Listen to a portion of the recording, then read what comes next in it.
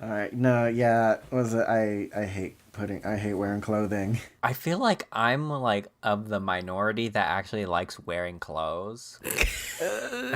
Specifically pants. Like I find What? pants comfortable. Like jeans? I hate jeans, but Yeah, I like jeans.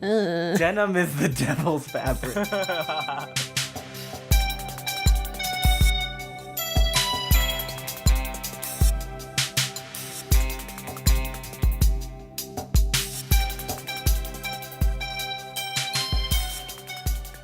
Welcome, listeners, and thank you for tuning into Those Nerds Over There. We are your hosts. I'm Alan. I'm Kazel. And I'm Sal. This is the podcast where we take a part of nerd culture and talk about it passionately as nerds do. Yeah. Yeah. And I don't think I never asked this enough, but how are you two doing? I'm doing good. I'm drinking tea. And Monday is over. Oh, I mean, it's Friday. Yeah, so Monday is over. Yeah, it's well over. I'm doing good. I'm having a little creative block lately. Oh no. But luckily, that means I watch all the content. Fill up those creative juices. Yeah. Anything filling those juices up? Oh. Yeah, a little bit. So we'll see what happens we'll see what happens when I actually try to sit down and do something. If they worked. Just gotta do it. Yeah. How are you, Elaine? Oh my god. You know how there's that feeling where you've overworked your wrist and then you can't close it because it feels like it's pulling and hurting? Sort of. Can't say. Like, what have you been doing with that hand? I've been doing lots of dumpling folding. Oh, Right. wow. Yeah, so for as of this recording, it is February 4th, and on February 5th, it is Chinese New or Lunar New Year. Yay!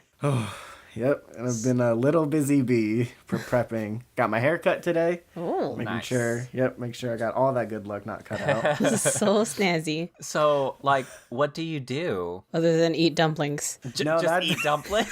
That's it. You just like invite a bunch of your family and friends over, and you eat just a metric, whatever your weight is in Chinese food. Oh. That's cool. Oh yeah, but I am nowhere near my quota of dumplings I need to make. So you're just, celebrating it with your friends in Seattle, or? Yeah, all my close friends here and my coworkers, trying to be a little closer to home and whatnot. Cool. Sounds fun. Yeah. But one of my coworkers I found out is vegetarian. Oh. Womp, womp, womp. I have no idea what to do for a vegetarian dumpling, and I'm like racking my brain. Like, Just stuff it with lettuce. You're just like, no, I can't even do lettuce. There's that recall on oh, lettuce. dang it. I'm like, what do I do? The carrots. Sliced carrots. Yeah, I've just got tofu right now. I'm figuring out what to do, but Oh. we'll see. But moving on to our first segment, listeners. So we have what we call the nut jar. It's a nut jar that I emptied out and put listener submitted questions that we can discuss on things we love. If you have got any cool questions in mind, feel free to send them at us on Twitter. We are at ThoseNerdsCast. And you can also email them to us. We are ThoseNerdsCast@gmail.com. I don't know why we don't. We've never dropped our email before. Yeah, I don't know why we've never done that. We always forget, like, people still email each other, probably. But let's see what this week's question is. The nut jar. Needs like a theme song. Nut jar. That's it. There you go. I haven't eaten dinner and I just really want some nuts. I'm sorry. Nah, you good. All right. Ooh.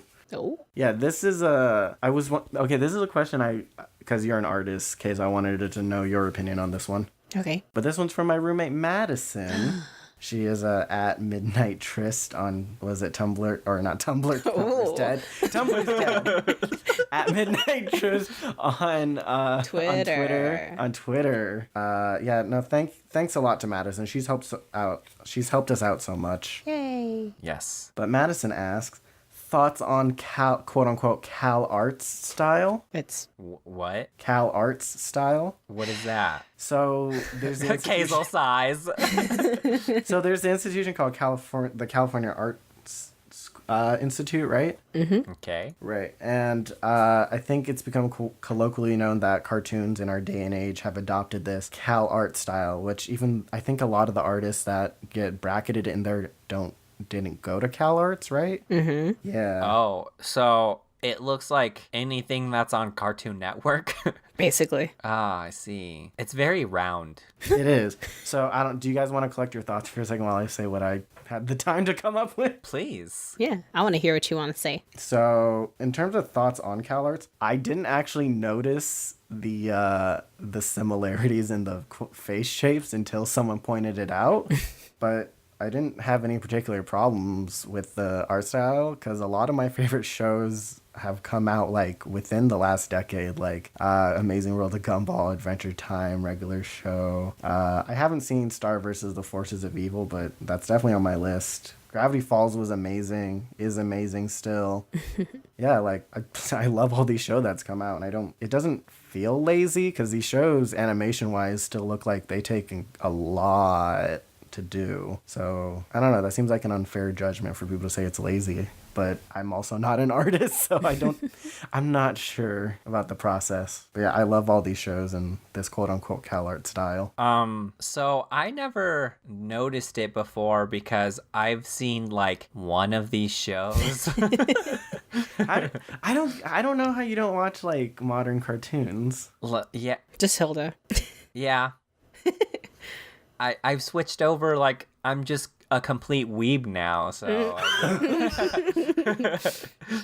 What are those American cartoons? Yeah, so I watched a little bit of Gumball. That's about it. But I can see how people can think it's lazy, but I don't know. I don't think it's lazy. More in the fact that, like, why wouldn't you want to be different? Because if you're like an artist and see all these other cartoons doing this kind of art style, why wouldn't you want to like do something different? Right. So okay, but you reference Gumball, and I don't think there's any more show that's more different than that one. well, Yeah. right, but I mean, I'm saying like in general, right? Because Gumball definitely did something different because it switches up its art style in like every episode. So, but not all the shows are like that. So, you know. Right. Yeah. All right, is it my turn to just like tear this up for you? Oh shit. Yeah, please, go. Hazel, please. Yours is the opinion I really wanted to I know. want you to Okay. go ham. So Wait, let me eat a breath mint real quick. okay, let me know when you got it. It's gonna be too hot. All right, I got it. Okay, cool. So the definition of CalArts style is null and void to me because when one of my friends was in an illustration major and her teacher berated her until she like conformed to this style of like beady eyes and childlike big gigantic heads, and it's basically CalArts style, quote unquote CalArts style. And the reason why is because this teacher desperately wanted my friend to get away from the near Disney / anime style. I don't know why. They just wanted to rip away her individuality from it. So my problem with the what is it? Buzzword of CalArts style. I hate it because people the act of simplifying shapes and creating these different silhouettes, even though they might look the same, they're still different. Like if you look back at like old golden age cartoons, like say Thundercats, look at those faces. Okay, now look at the faces of like, I don't know, He-Man. Look at those faces. Those are all the same faces. Look at Transformers, even their robots, they have the same faces.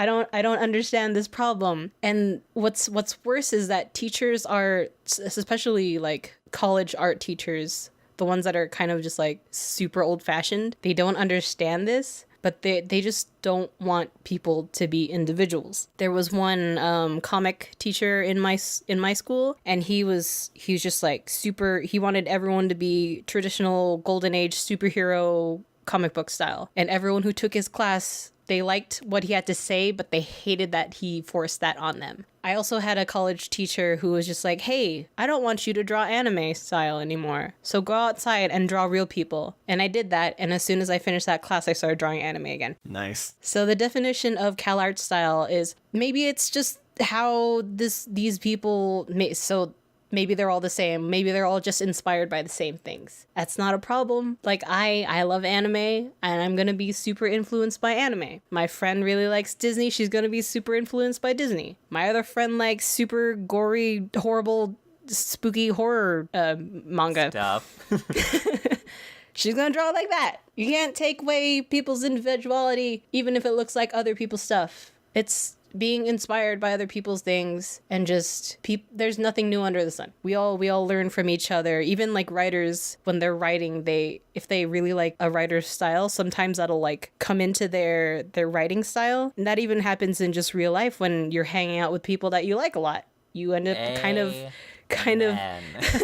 absorbing their personality. So it's like CalArts style, whatever. That's Gumball style. That's Steven Universe style. That's everyone's style. Whatever. Oh man, Steven Universe had their finale recently.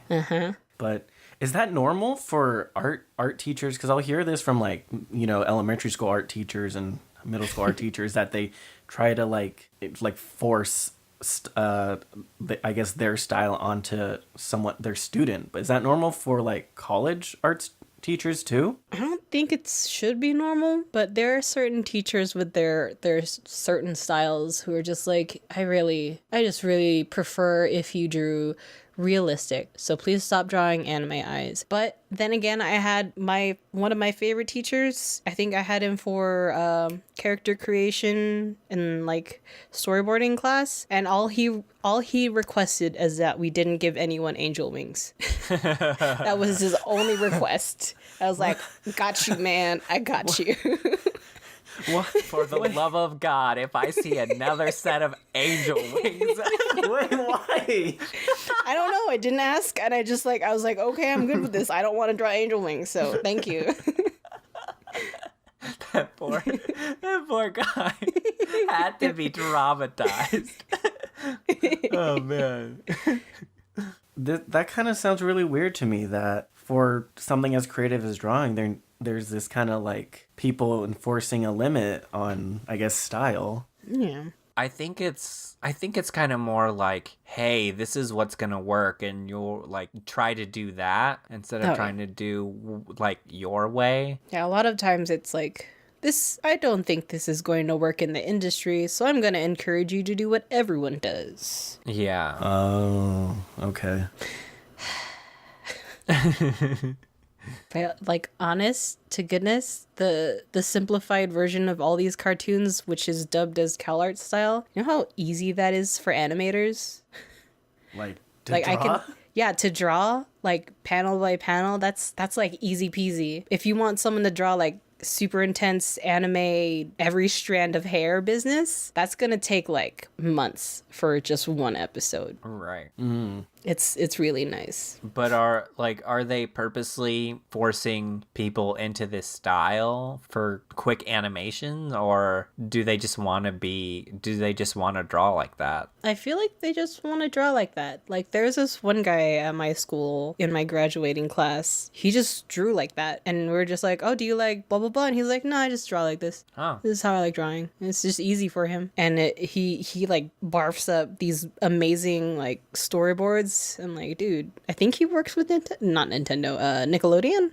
Ooh. Everyone has their own style. Yeah. For those listening, tell us what you think on this quote unquote CalArts. And also, I want to hear more about like art school stories about teachers and whatnot. Yeah. Yeah, That'd be cool. I'm interested in what other people's experiences are with how people responded to their style. Yeah. It's rough. Yeah, I think Ricky had a kind of experience with a English teacher or a creative writing teacher where they were like, yeah, I don't want you writing fantasy. What? Fantasy's great.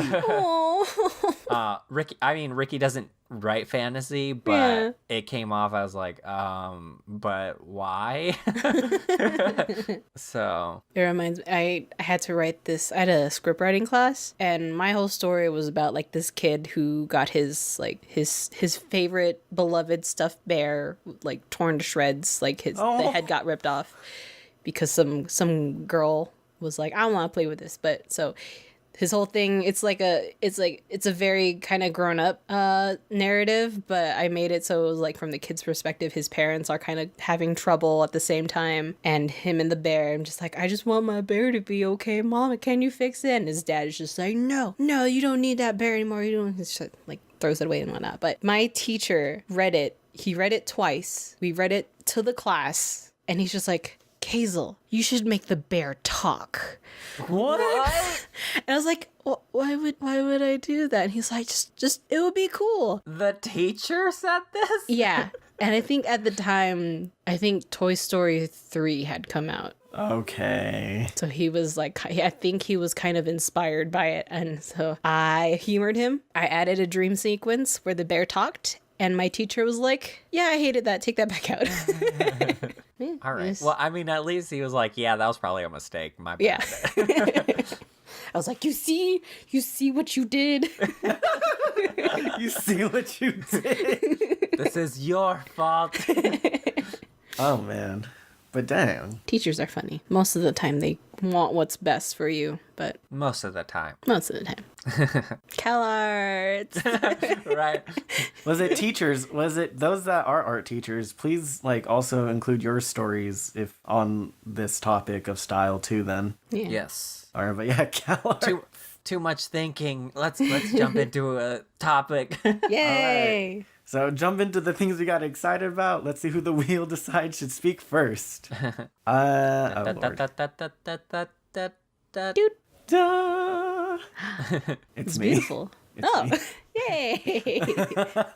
Alan, what did you get excited about? All right, so what I got excited about was Wargroove. What is that? Wargroove is a video game. Oh, cool. And so apparently there was a lot of hype building up to this game, none of which Apparently I missed out on it. I missed out on it as well because I had not heard about this game until I got a coupon for it in my Steam inventory. Ooh. That's just fantastic. I also didn't know about this, so that's 2 weeks in a row. I didn't know about a game. But what Wargroove is, so Wikipedia has them under turn-based strategy games. Yes. Oh. But it's basically fantasy Advance Wars. And did either of you play Advance Wars as a kid? I did not. No, I have it on an emulator. I still haven't played it, though. I also did not get the chance to play it. But I know that, like, in the genre turn-based games, people are either, like, Final Fantasy Tactics or Advance Wars or Fire Emblem, right? Yeah. Those are, like, the ones people are, like, die hard for. Right. So when I saw what, in the Steam shop, what Wargroove was, I'm like, oh, snap, this is, like, my chance to try Advance Wars.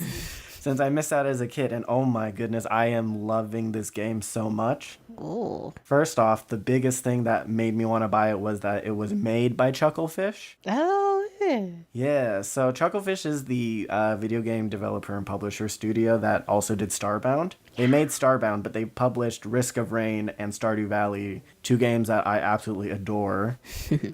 And then they made Wargroove in 2019, and I bought it for Steam, but it turns out it's also on the Switch, which I'll probably end up buying. Yes. Buying 2 versions. Why not? And Right? has cross-platforming. Yeah, it is. So there's a multiplayer mode where you can play custom maps or just play against other players, and it's, completely cross-platform enabled. I could play with someone on the Switch right now, or Xbox, and it's coming to PlayStation soon. But I grew up on Fire Emblem. My first one was it Fire Emblem 7? Lynn is the best girl always. Get out of here. What? Okay, I'm gonna fight you later on that, Sal. But so I absolutely love these like turn-based style like strategy games. It's kind of stressful, especially XCOM was. Because it's like you name the characters after your friends, and then when they die, you just feel awful. I remember when you were playing the campaign and you named it after all of us. Yeah. Oh, Sal, I think you died 3 times. Yeah, well, you know. XCOM's great, but that one's so much harder for me. But It's so cute. it is okay. Wargroove, the art styles, the second selling point for me was the art style. It's just like that, just highly detailed pixel art. After Fire Emblem moved to the 3DS, I've just been missing all the Game Boy Advance like era of pixel art. The animation's amazing. You got skeleton. Oh, the skeletons are very cute. But the third biggest selling point that I think is gonna get YouTube to buy it is that there are dogs. I feel personally attacked right now. There are dog units in the game. They are so cute. And if you play the faction that is Japanese inspired, they have Shibas. Why you do? I do. Sounds great. The other night I could not sleep. I kept thinking about Wargroove. I decided to draw a thing for Wargroove. Aww. I'm loving it so much. I really want to... Advance Wars had a custom map editor that you could just make your own levels, and Wargroove has the same thing. A lot of people have already made like maps that are like... Was it someone remade the Hoenn region in Pokemon? It was really cool. And I really want to make a map and do like a whole campaign, like kind of D&D style, but I'm not. Ooh, yeah. that sounds like so much fun. Do it. We'll watch you do it. Oh my goodness. No. Don't ever. For sure. Don't look at me. If you ever look at me in real life, I will disappear. And that's what I got excited about. Just Wargroove is amazing. What is it about? Like the story? Story-wise. So I'm only a few chapters in right now, and that's good. No spoilers. So what it looks like, it starts out in the prologue, and you play as the villain, and you assassinate the king of the main faction. You actually play later, which is really cool. And sold. So then the rest of the game, you play as this main faction after what you, the player, did by assassinating the king. Ooh. And it's you're this young princess that is now queen, trying to lead her country and protect her citizens from these undead legion that assassinated your father. But during the prologue, your father was trying to figure out how to tell you something, some dark history or whatever, and that's just sitting in the background now. It's really cool. Yeah, so yeah, you've got some dark history going on in the background. I'm still not sure what it is because I'm only a few chapters in, but the fantasy element, the setting being fantasy, was really drew me in just because I'm on that D&D kick right now. Nice. Yeah. All right, well, I definitely need to buy it. I want to watch everyone and their mom play it. And then I'll buy it. Buying price-wise, it's only $19.99. I am poor. Perfect. Because I have to still buy Kingdom Hearts. Hey. So I say $19.99 US dollars. I only mention that because on the list of games that have come out that are amazing, this is an amazing game, definitely on the cheaper end. yeah, that's great. Wargroove. Wargroove. Does it have good music? I've been watching videos with no sound. Okay, here's the problem with Oh me. no. No. There isn't a problem with the music. There's a problem with me. Oh, what's your problem? I don't Yeah. really listen to video game soundtracks. Ah. Oh. Yeah. Yes. See, I didn't do that either. And then my friend Davey, who I think you both know, he was like, hey, have you played Octopath Traveler? And I was like, no, I've been meaning to. He's like, don't even worry about it. But here's the soundtrack. Listen to it. And I was like, okay. And I listened to it. And normally I don't really care for it, but my God, is that soundtrack good? Oh, nice. It's so beautiful. Octopath Traveler looks cool, but the idea of having to like micromanage 8 different people is putting me off to it. I mean, you played Bravely Default, didn't you? Yeah, but all those people stuck together at one time. Well, you don't have to recruit everybody. But I mean, But then what? Is there a point to the game then? Isn't the point of that game is that you've got multiple people with... That's like the gimmick of the game, right? I mean... like the game. Excuses. But I wish I could report on the soundtrack, but sorry. It just sounds like a soundtrack. I turned it off. Oh, great. I turned it off. I'll just have to be the judge of it after we record. Yeah. Do you not care for like the Fire Emblem soundtrack? Not really. Oh. I mean, since I started listening to anime soundtracks, the Which video are way games, different. I mean, yes.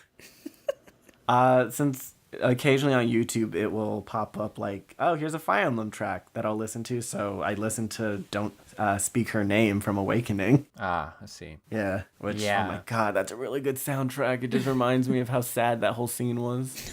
Yeah. I really like the Fire Emblem Echo soundtrack.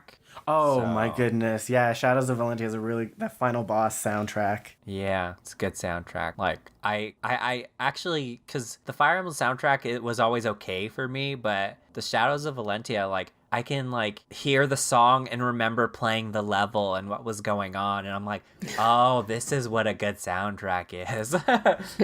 I'm so sad that Smash did not include most of those songs, but they included Lost in Thoughts All Alone 4 times. Yeah, kind of sad. But we're getting Persona music. Oh my God, yes! Ugh, that way tangent. Yeah, sorry. Kazel, what is some of your favorite soundtracks? Pressure. Since we're getting into it.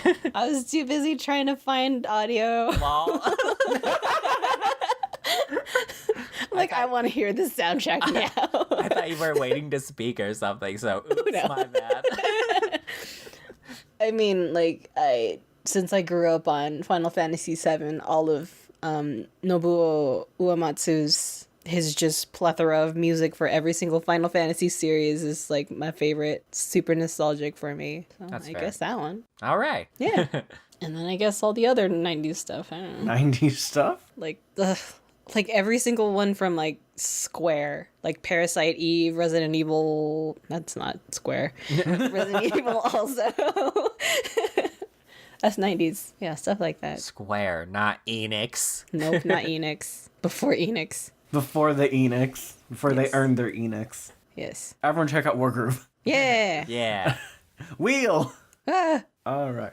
Kazel, yay. what did you get excited about this week? Well, She doesn't? No. so do y'all know about Groundhog Day? The movie or the holiday? February 2nd, where Groundhog pops out of the ground to whimsically determine whether winter is extended or spring will come sooner. Yes. Yes. So, Alright. the day. Yeah. All right, so you know about that Groundhog Day. Yes. Now how about the movie where Bill Murray has to repeat the same day over and over? All right. Ah, So we yes. are talking. Okay. We are full talking about the circle. movie. Yeah. Well, guess what? Circle. I love that guess movie. Guess what? What?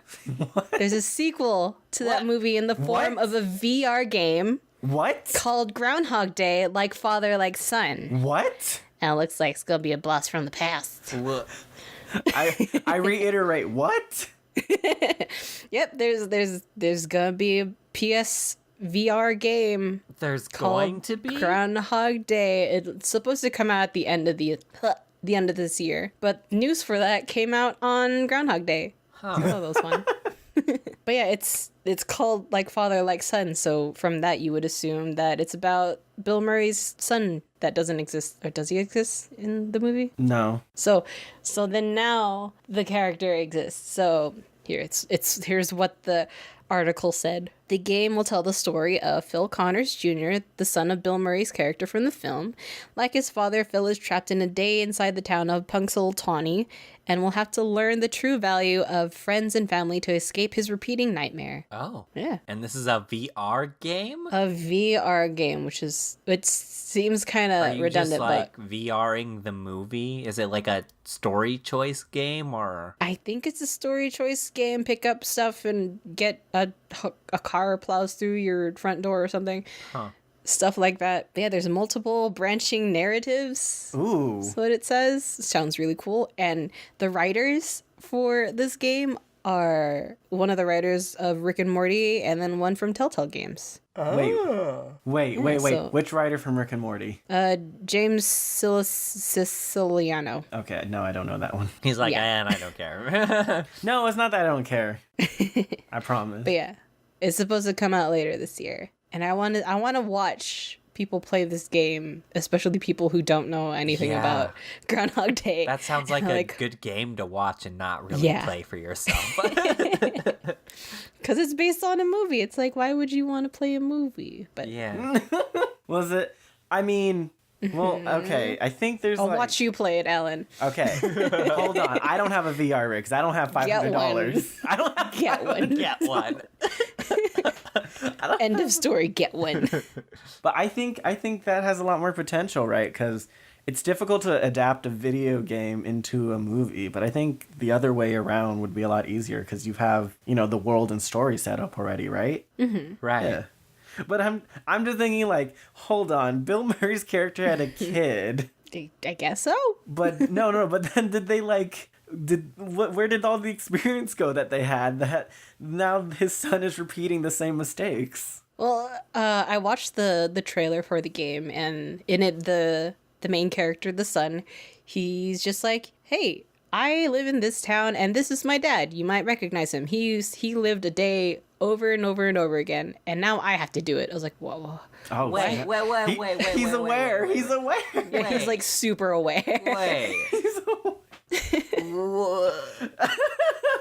Okay, like, hold on. First of all, this is a VR game. Mm-hmm. Do you play the son? Yeah. So, like, you're okay. Wait, Don't hurt yourself. Wait, Don't hurt your brain.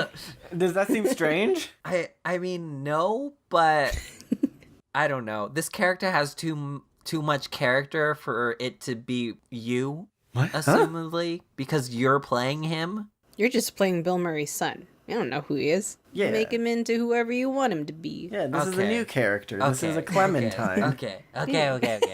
It's not Clementine. It's a Clementine. You don't force her to be who you want her to be. What? Yeah. I mean, yeah. Don't you? Seasons 2 and 4. Oh, well, yeah. Forgot about those ones. But anyway, I love the idea because it makes it so, hey, we can turn movies into games and you can play them as Yeah. if you're in them. Yeah. And this can be like a whole like start of that, and I think that's Could super be. cool.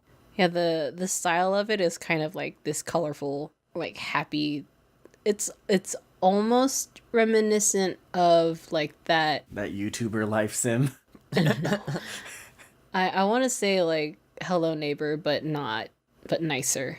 Oh, yeah. What was that other game that? We Happy Few. No. The one that the other writer for Rick and Morty did. That weird VR one, right? Yeah, that one. Where you just kept putting on VR goggles and going. Yeah, deeper into the VR. Yeah, that one. It's kind of like it's almost the same as that style. But I feel like in that one you stand still. I don't know about this one because it's only just been announced that they're doing it. Oh, Justin Roiland. His mind scares me. I don't know what's going on in there. But yeah, I personally enjoy just the general plot device of Groundhog Day, especially being used in everything. No, Like I don't. Rascal.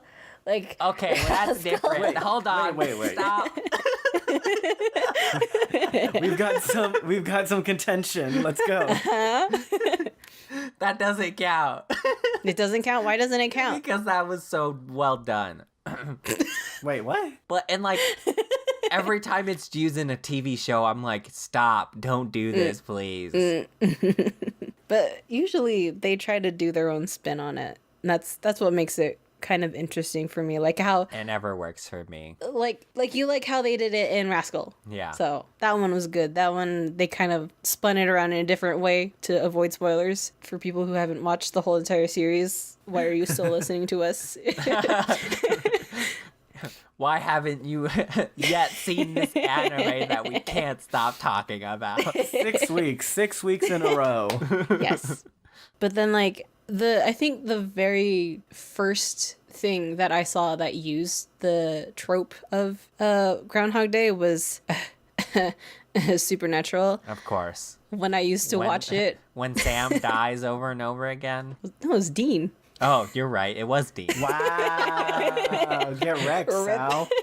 Okay, listen. I don't know how far Kazel is or stopped, but I seen way too many episodes. I just know I stopped because I couldn't find any more, so I don't know. I don't know when I stopped. Hopefully you stopped after like season 5.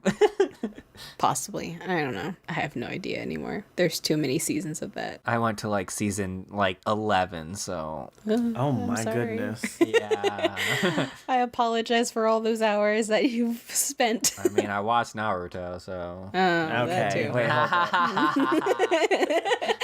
Now I feel attacked. excellent.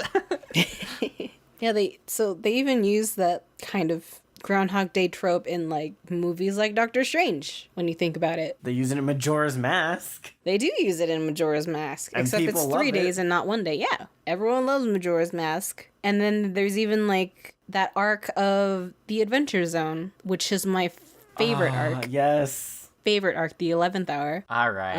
All right.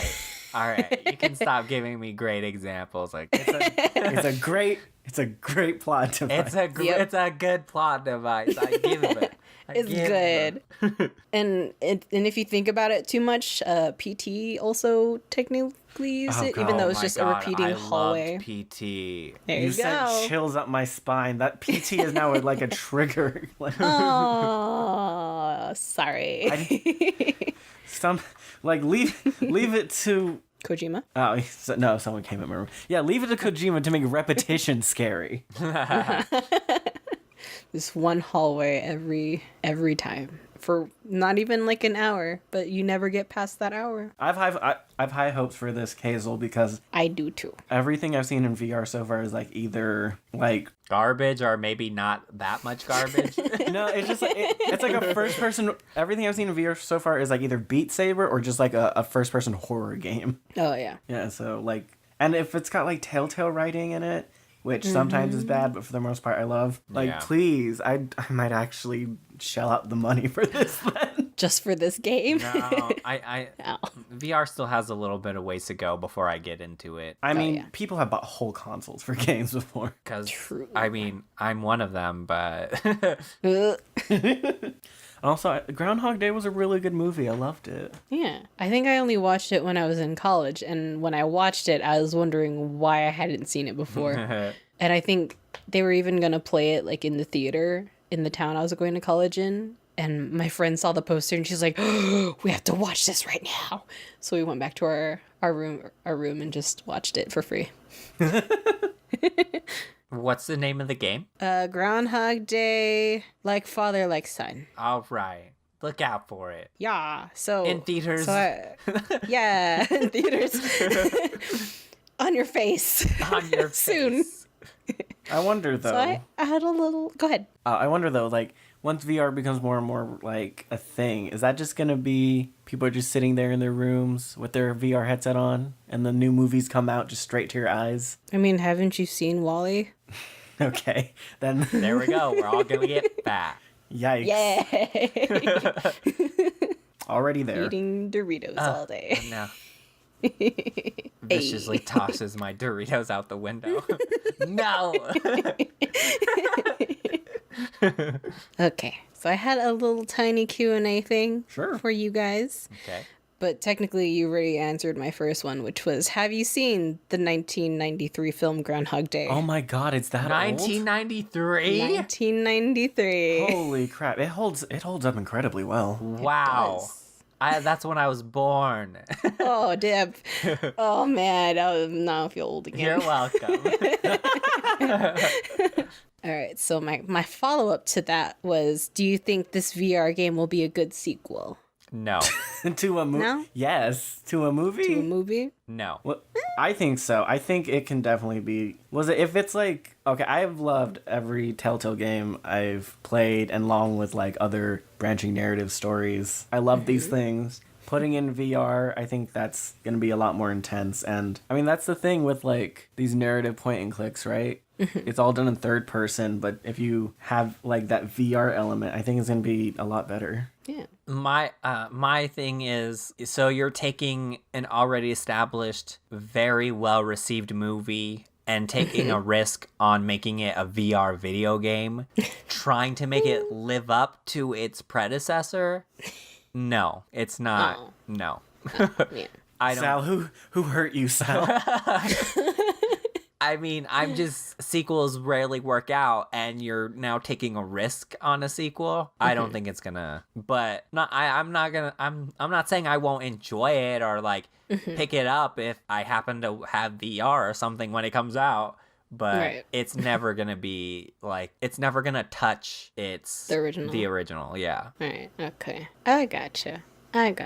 Well, my follow-up to that, which both of you pretty much already expressed your opinions of, but do you enjoy the trope plot device of Groundhog Day? No, and I put in but parentheses, then, yes. I do. Sometimes. Absolutely. Yay. I've been convinced otherwise. Yay. All right. And then, if you were stuck in a time loop, what would you do? My secondary to that question is, how long do you think it would take for you to notice or try to fix it? Oh, I would notice right away. Yeah, I would notice right away, but I'm afraid I would just do a lot of crime at first. So you'd be okay. So I went into TV tropes and I pulled this out, and it says, once the character realizes that they're going through a loop, two things happen, usually in this order. The character starts experimenting, then playing around with the people around them, confessing or acting on their feelings for another character, telling off their boss, getting themselves killed in interesting ways, and other things, etc. And then the second thing that happens is the character finally gets down to business of what's causing the loop and finds out how to stop it, often using the information learned in all the previous iterations to make sure this is the one last loop and that it goes perfectly. Yeah. And that happens in every single one, Yeah. I guess. See, I'm such a boring person. Like, I'd probably just play the day out over and over again and without changing anything. And then until I'm like, okay, maybe I don't want to do this anymore. I don't think, like, even if I knew the next day would be the same and none of my actions mattered, I probably still wouldn't have the courage to do anything stupid. You just like you put your toothpaste on like a bit differently in ways that no one realizes. You're just like, I put my shirt on with I put my other arm through the shirt first today instead of the other one. I just go up to my crush and be like, I like your shoes. Okay, bye. And never do it again. Exactly. Oh, Sal. All right, I guess I'm just a maniac then, that I just start doing crimes. That's cool. I wish I could. I think I would try to like do that really, really very time consuming thing of like slowly changing each placement of furniture. Just see what happens. Wait, what? So like, I'm gonna put this chair in a different place and see if anyone in this iteration of loop says anything. If they do, I'm gonna change another thing and put that one back. Okay, so you're You just wanna... as boring as I am. No, Yeah. wait, Kayla, you're just gaslighting people then. The agent of chaos strikes again. Yeah. All right, I would do a bunch of crime, but then I would do that thing that Bill Murray does where he just learns a bunch of new skills. Ah. Holy crap! I That's a good. didn't think about that. That would be nice. If you're always stuck in the same day, might as well get as much education. So the next day, you're like, oh well. Let's go to the library again. Let's go to that school again. I already do that every day. Like it's like, I never have enough time to do this, but now I have all the time in the world. Yay. Though every time anyone says that, I always think of that one Twilight Zone episode with the guy who just wants to read, and then finally he's the last man on Earth, and he has all the books around him, and he's like, this is perfect. And then he reaches for a book, and he drops his glasses and breaks it. Oh. That's always what I think of. I'm like, it's horrible. Yeah, Groundhog Day. Yeah. I have one more question. Oh, okay. Nice. Lay it on One us. more question. Yeah. Reverse. Do y'all know? Yeah. Do y'all know about Groundhog Day? I hate you. Okay. You know, Well, February 2nd, where Groundhog pops out of the ground whimsically to determine whether winter is extended or spring will come sooner. well done. How about the movie where Bill Murray has to repeat the same day over and over? I can't do Well, this guess what? podcast over again. There's a sequel to that movie in the form of a VR game called Groundhog Day, like father, like son, and it looks like it's gonna be a blast from the past. Well done, Kazel. You trapped us. You trapped us in your time. What are you talking about? I'm gonna die. I changed my mind. I don't want to do this anymore. Groundhog Day. Yes. All right. Well, before she starts again, what I got excited about this week. Yes. So I actually was very split. I had a lot of things I was excited about this week. Oh. So before I get into my actual topic, I'm just going to briefly talk about the other things because I don't think I'm going to ever get around to it. Go on. So first of all, Doom Patrol is a new TV series on the DC Universe app that's coming February 15th, and it's live action. Oh. Yeah. The Titans show, the Doom Patrol were actually in like the 3rd episode, and it was a teaser for this new series apparently. So it actually looks okay. Cyborg's actually in it for some reason. Don't know why, but Why not? Just replace the Metal Man. well, and Metal Man's in it, but he's being played by Brendan Fraser. Oh, I don't think that's his name, Sal. Oh, well, I made that up. Wait, what? What? Robo-Man? Yeah, there we go. I think that's his name. Wait, what did you say? I said Metal Man. Oh, awkward. Who are you two? Anyway. This is the Alan and Sal you took with you out of the time loop. Right? Oh. Oops. We've been destroyed. But yeah, so February 15th, Doom Patrol, I think it might be okay. The Doom Patrol has always been this very odd group of characters doing these very weird things. So I think it would do DC good, especially if it's not edgy. Please don't make it edgy. Dear God. Like the Teen Titans. Yes, Teen Titans, I hated it. I didn't like it at all. But in other Titans news, Young Justice, not the TV show, and not the comic book that's based off the TV show, but the legitimate canon comic Young Justice has come back. Oh. Yeah, it had its first issue, and the first issue actually sold out, and they're already going into their second printing. Dang. And it's being written by Michael Brian Bendis. I think I got that right. Yeah, he's pretty great. So He left Marvel. Yes, he did. For you guys. His name was in Miles Morales' cell phone, by the way, in Spider-Verse. Oh, that Easter egg, right? Yep. Yeah. Nice. Nice over at DC. Because he wrote that. Yeah. So he's been a part of so many comics. Yes. So, and he's a really good writer. So yeah, that's back. If you can go and get it at your local comic book store or online, it is definitely worth the read. It's bringing back all these awesome characters, and it's actually canon. Yay! Yeah, that, and there's also another comic. It's called Raven, Daughter of Darkness. Whoa. It was a 12-issue miniseries.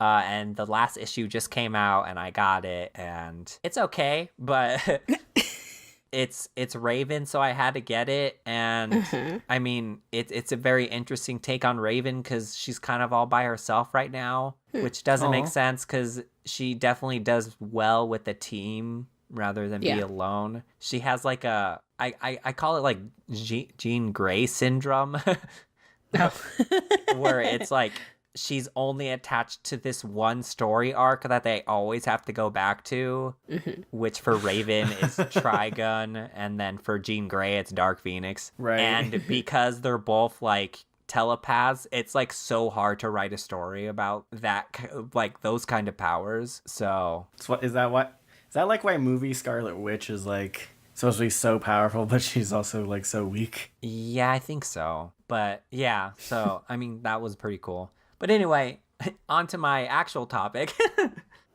So my actual topic is Genesis 6, which as the moment of this recording was yesterday, but for you listeners, it was during the Super Bowl. Yeah. So Genesis 6 is a Super Smash Brothers tournament, super huge, that takes place in Oakland, California. And it took place February 1st through the 3rd, and it was such a huge tournament. Like, just to give you an idea of the scale, there's over 1,000 participants in Lord. each game respectively. Like, That's my God. That's a lot. Winning one of these events, like, you had to work so hard. How did these people have the stamina to go through, if divided into 4 brackets, 250 basically people? Yeah, it's intense, and there's like CRT TVs everywhere in the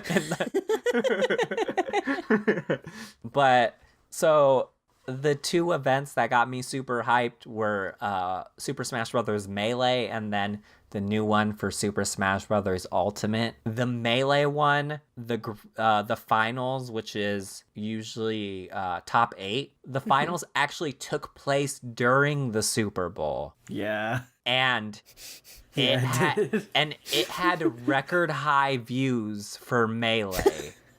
Wow. So people keep saying, oh, Melee's dead because of all these new Super Smash Brothers, but they're like beating their records in views during the Super Bowl. Who on earth is saying Melee is dead? Twitter, you know. Okay. Okay. So yeah, so like all these super contestants were playing, which was great to watch, and more so, if you guys don't know anything about Melee, which I don't think Kazel does. What you talking about, Willis? There's like a tier list in Melee that's like super like, these are the best characters. If you don't use these characters, you won't get anywhere. And those characters are usually Marth, Fox, Falco, and Sheik. How come I use Martha and I suck? Well, dang.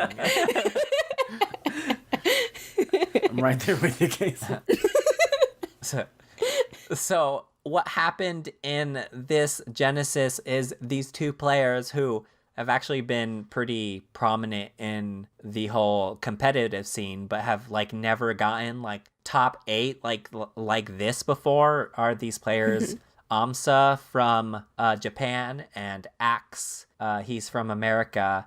And they were playing Yoshi and Pikachu, who are considered pretty like mid to low tier. Like before they started playing these characters were like super low tier until they picked them up, and everyone was like, whoa, these characters can do something. And so these two guys got into top 8, and Axe actually took out like all the best players and went to grand finals with Pikachu. Goodness. And was going against HBox, who's the best player, and he plays Jigglypuff. And so grand finals was Pikachu versus Jigglypuff. Pokemon battle. And it was just like the most hype experience ever. Just watching these two Pokemon battle it out, and everyone just voting for Axe, who's the underdog. And like at one point, like on their final stock at the last set, like they were just like, it was like one hit left and the person would have lost, and they're just like running around like each other, you know? And like I was like literally shaking. I was like I would have fallen under the pressure already. No, Genesis 6 was so much more exciting than the Super Bowl. Yeah. I tweeted about it like you did. I saw that tweet. I tweeted about it multiple times. I'm like, sucks that the Super Bowl sucks, but Genesis 6 is hype. Unfortunately, Axe lost to Hungrybox, who wins like every tournament. But it was still like super fun to watch. And then we get to Super Smash Bros. Ultimate, which is a new game. Super fun. Their top 8 actually had like the most diverse characters. So like there's always these tier lists of like who are the best characters, but nobody was playing the same character in top 8, and it was super fun to watch because you had like everyone from like Peach to Pichu to Olimar. There was an Ike. Wolf, Lucina, all these characters, and it's just like such a nice change of pace from like Melee, where you just see everyone play Fox, or the last game Smash 4, where everyone was just playing Bayonetta. So it was like super fun to watch. The winner of Smash Ultimate was MKLeo, who... Whoa, really? Yeah, who was the Ike player. Yeah, what the... Destroyed everybody with Ike, Snap. Got up to top 8, went into losers to Sam Sora, who was playing Peach. I saw that match. I'm just like, no, don't lose to Peach. Yeah, and then he's like, screw this, I'm switching to Lucina, wrecks everybody, goes into grand finals, and wins. Oh, man. Just going to losers and then to grand finals and then destroying Void, who was playing Pichu. As Pichu versus Lucina in grand finals. Like, the best thing I could have seen. Oh. Wow. It's such, like, oh, man. This is my Super Bowl. Damn, I regret not watching. It was like a end. 3-day long. Yeah, it's super fun. And yeah, it like, I think the Smash Ultimate ended at like 11:30 at night. So it was super fun. And Smash is so cool because of like the people it brings together, like all these people watching. It had over like 130,000 viewers. The view count on Twitch was insane, and yeah. I had to turn off the chat because it was freezing my Twitch. It was going on so much. Super cool. And Super Smash Brothers is like one of those things. Me and my friend, his name is Glenn. He's one of Alan's friends. I don't really talk to him unless something with Super Smash Brothers is on. And then you're suddenly friends. And then we're just friends again, like nothing, like we haven't talked to each other in like a year. So that's like super cool. And Aww. I've been watching this show actually on Netflix. It's called Sex Education. We don't have to get into that. It's very British, very not safe for work. Right. Okay. But the main character, his name is Asa in real life. I think that's how you pronounce his name. he went to Genesis 6 and got sponsored by Panda Global. So now he's a competitive Smash player. What? And I thought that was just like super cool. So, Super Smash Brothers. Yay. Did I tell you guys I was in a very, very, very small Smash tournament? No. Very small. It was in my first college. And me and my friend just saw like posters for it everywhere. And it's just like, we can enter this. This sounds like fun. Because we would always play it at like parties with our friends. Mm-hmm. But the thing is, when me and my friends would play it, everyone's screaming. Everyone is screaming. Especially Brawl. Yeah. Especially with Brawl. Because of the Smash Ball. Yeah, the Smash Ball. Like, I would chase that thing down like it was the last thing that I needed to live. And I would yell as I did it. So me and my friend joined this tournament. And it's for Brawl.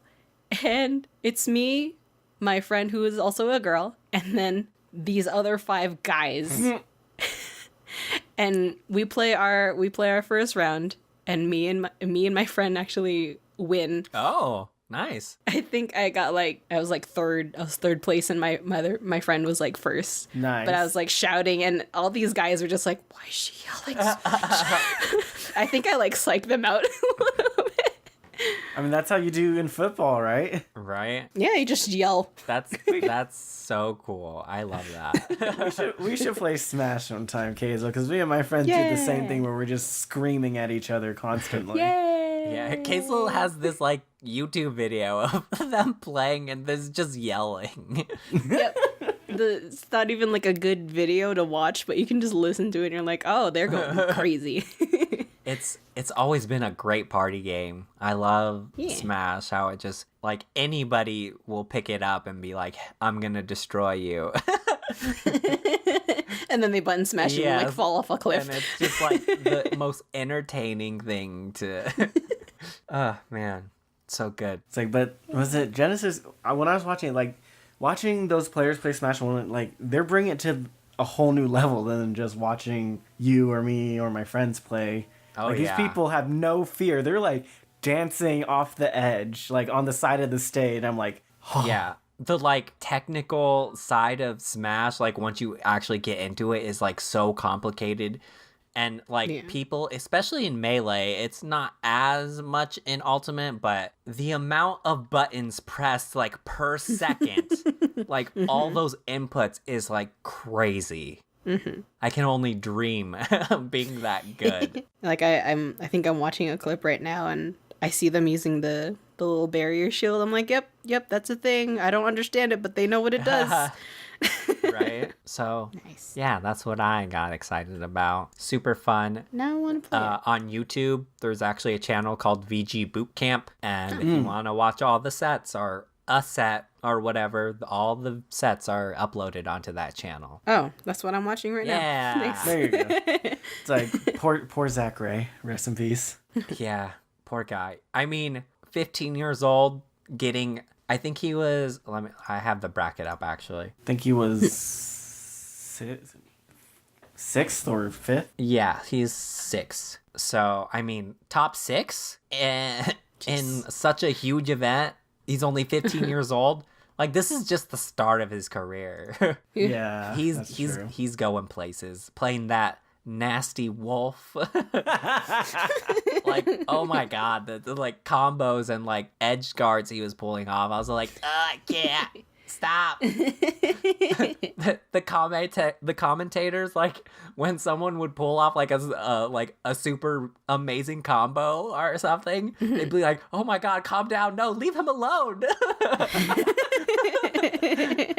And it got me every time. I was like, yes. That's how I felt. That's how I felt every time I was watching like MK Leo's playing Ike, like before he went to Lucina, like that match where he was fighting the Peach. His like nairs and his fairs were so scary. I'm like, how are you getting these? Oh man, I love that. I was like, wreck him, yes. I never thought I would see an Ike player do that well, and I love Ike, so I'm like, yes, I can dream now. So yeah, I don't have any questions because we've talked about Smash, and I mean, everyone knows Smash. Y'all should buy me a Switch so I can play Smash. Yeah, right. So we're gonna start a GoFundMe for Kazel. Yay! To get me a Switch so I can buy Smash and play with everyone. Get her a Switch so she can pour money into it. Yeah.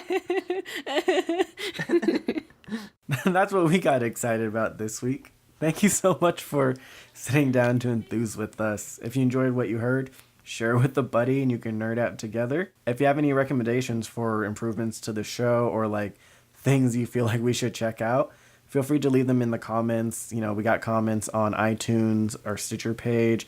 We have a Discord now with channels dedicated for recommendations. So check us out there. Before plugging, we have some unfortunate news. Our wonderful co-host and friend Kazel will be leaving the show. So it's not because I hate doing it, and it's not because I'm dying or anything. It's not like anything bad like that, but it's actually been something that's been wearing on my heart. Like a couple episodes ago, we talked about imposter syndrome. And like as much as I enjoy doing the podcast, it's fun, but it's I've had this burning in me to like do as God has told me to do, and that is to proclaim his name and do that through drawing.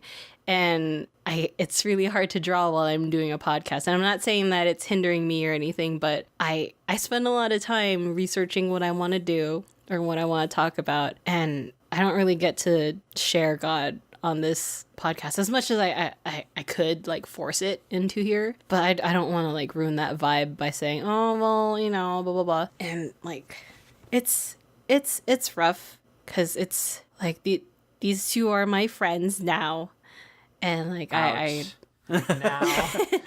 and my buddies, my good friends. Well, more so Alan, because I didn't know him that much before. Yeah. Hello, Alan. You're my friend. But yeah, it's like I don't know. I didn't expect to stay on the podcast for like as long as I did. Like when I got asked on, I was like, oh sure, I'll guest. We're really glad that for the time you gave us, Kazel, and we're really gonna miss you, and I'm sure the listeners, especially Eloy's, gonna miss you. I'm sorry, Eloy. But, you know, to help, I guess, alleviate that, where can we find you whenever? Well, I've been, like, blowing up my Twitter as of recently because I've started remembering how to draw. So check me out on Twitter at KazelLou. And also, I've been steadily trying to reopen up my Twitch. So find me at KazelR on Twitch. And yeah, those are the two main places you'll find me being primarily active. And you can find me and check me out drawing and or just talking to myself. And you can find me at Salzik on Twitter, at Mr. Salzik on Instagram, and I stream with my friend Ted on his Twitch channel at Where is Suspiria, and we stream usually on Thursdays. But just go give him a follow and get updates because our schedule is a little mixed. But yeah. You can find me on Twitter at ArielEyes_. I'm still horrible at social media, but if you DM me, we can DM each other memes. I want to thank my roommate Madison again for this week's question and just all the help she's given us in general at Midnight Tryst on Twitter. Yeah. We're going to be switching back to Wednesday release after this episode. Thank you so much for listening, and we'll see you next Wednesday. Goodbye. Goodbye.